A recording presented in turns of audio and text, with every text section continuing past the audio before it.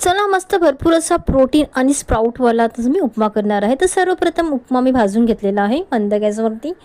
त्याच पॅनमध्ये ना मी तेल गरम करत ठेवलेलं होतं. मोहरी टाकलेली आहे 1 चमचा. मोहरी छान मस्तपैकी तडतडून द्यायची. त्यानंतर कांदा बारीक कापून टाकायचा आहे. त्यानंतर ना मिरच्या टाकलेल्या आहे. मिरची ते 2 घेतलेल्या आहे बारीक कापून मी.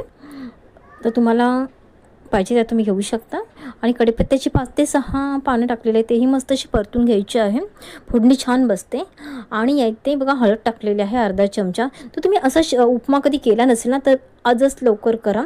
आणि इथे बघा माझ्याकडे स्प्राऊट होते मूगचे, तर ते आता मी टाकून घेतलेले आहे. आणि चवीनुसार मीठ टाकायचं आहे. आणि इथे ना 1 ग्लास भरून छोटंसं गरम पाणी टाकलेलं आहे. कोथिंबीर छान मस्तपैकी हिरवीगार टाकलेली आहे. त्यानंतर आपला भाजलेला मी रवा टाकलेला आहे आणि छान मस्तपैकी याला मिक्स करून घ्यायचं एक साधारण 4 ते 5 मिनटं. तर बघा ह्या इथे मस्त असा स्प्राऊट उपमा आपला रेडी आहे. आवडला की नाही नक्कीच कमेंट सांगा.